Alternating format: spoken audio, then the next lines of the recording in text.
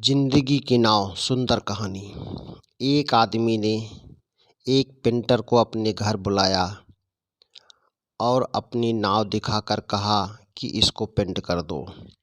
उस पेंटर ने पेंट लेकर उस नाव को पेंट कर दिया लाल रंग से, जैसा कि नाव का मालिक चाहता था। फिर पेंटर ने अपने पैसे लिए और चला गया। अगले दिन पेंटर के घर पर वह नाव का मालिक पहुंच गया और उसने एक बहुत बड़ी धनराशि का चेक दिया उस पेंटर को। पेंटर भौचक्का हो गया और पूछा, ये किस बात के इतने पैसे हैं?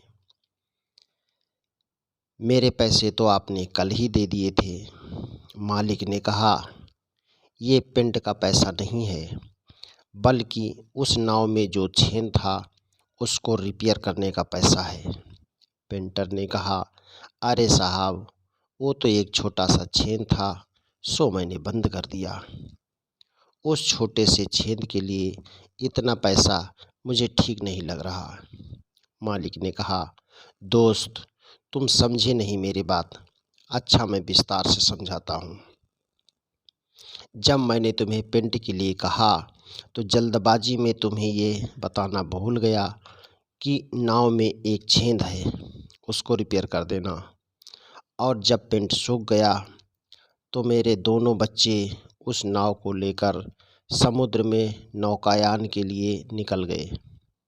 मैं उस वक्त घर पर नहीं था, लेकिन जब लौटकर आया तो अपनी पत्नी से ये सुना कि बच्चे नाव को लेकर नौकायान पर निकल गए हैं, तो मैं तो बदहवास हो गया, क्योंकि मुझे याद आया कि नाव में तो छेद है।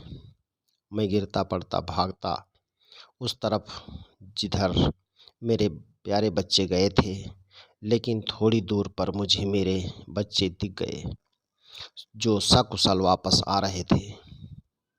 अब मेरी खुशी और प्रसन्नता का आलम तुम समझ सकते हो।